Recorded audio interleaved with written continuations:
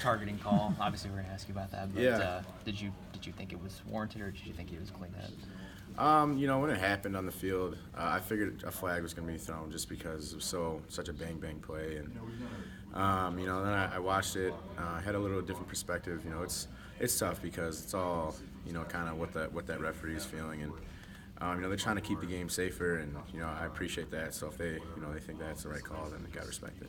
Is there any? What about the technique you used? I mean, is that the way you were taught to wrap up? I mean, because it looked like you wrap up and kept your head up.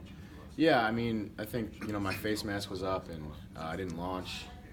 My arms were ready to throw and things like that. Just I think it was just the way the runner was going down and the contact was upper body. So I mean, I get it. It's tough to kind of agree with, but you kind of have to. This is the first one for you. Other guys have had it. Do you worry that it changes? Like, will there be a thought in your mind, man, I can't really hit this guy hard in the future? Or not? I mean, not really.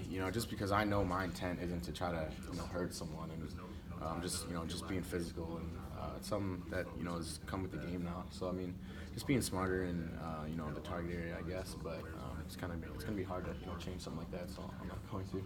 Is there anything? Sorry, go ahead. I know you can't control what the rule is, but would you like to see a rule in place that allows maybe 2 levels of a targeting penalty? That if they see that the intent wasn't there, because you wrap up and don't launch, like, Yeah. I think that would be a fair solution. I think I think it's tough to have to lose a half of football, but that is the rule right now. So I mean, there's nothing that us players can do. We have to follow it and choose to respect it. But we just kind of gotta keep playing it how we have been. So what was your second half like? It was different, man. Just hearing like everything going on outside. I was just in the locker room by myself watching the game on TV, and it was not fun to watch and do things like that. But I was confident in my team. Were you more nervous or PO'd as the game kept being tight late and you couldn't go out?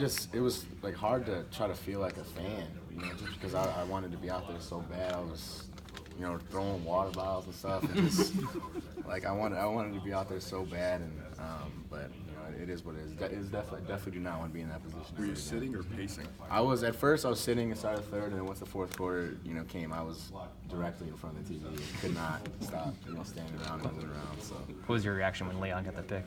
I was just so happy for him. Surprised it didn't hit him in the helmet. Can't believe he caught it. But no, I was just happy to see him make a big play because he's been doing it all year. Is there anything you could have done to not be ejected from that game to avoid that helmet-to-helmet contact? It seemed like it was sort of unavoidable. Is it hard to, and if you feel like you couldn't avoid it, is that difficult to kind of take? Or I mean, I don't think I would have approached that any differently, and I don't think I will in the future. It's just one of those situations where just kind of caught him a little high because of the way he was going down, and but I don't think I would change the way I did it. You've led this team in tackles the last 2 years, like a linebacker usually does for Wisconsin defense. But right now, Dakota is in that position. How many safeties do that? Yeah. What are the why has he been able to do that this year from his position? I think one of those things is Dakota is such a physical guy and wants to be in on every play, and in some of our schemes he's in the box with us, and he's a guy who when he sees ball he goes for it, and he's so fast, and he's always just around the ball. I think a part of that is our scheme, but the other part is just him being physical and flying around. Do you feel like they play him up more because he is? Yeah, I mean, I just think he matches up with the tight ends well. So when the tight end's in the box, Dakota's going to be in there too. And it's always great to have someone who wants to hit, standing right next to you. So. When it comes to Maryland, what have you seen from the likes of D.J. Moore in that offense? If you've had a chance to look at some film yet? Yeah, I think they're just really fast, and their O-line does some really good things to help those backs. Their quarterback situation is different, but they've done a really good job with the situations they've been in. They got a lot of speed and just a lot of skill, to be honest with you. So it's going to be a great test. You guys have been so good defense, and the offense has had its moments, but it seems like penalties and turnovers kind of really hurt them. Do you feel like that's something that just could kind of derail a potentially special season? Because we're halfway through the season, it seems like that's still an issue.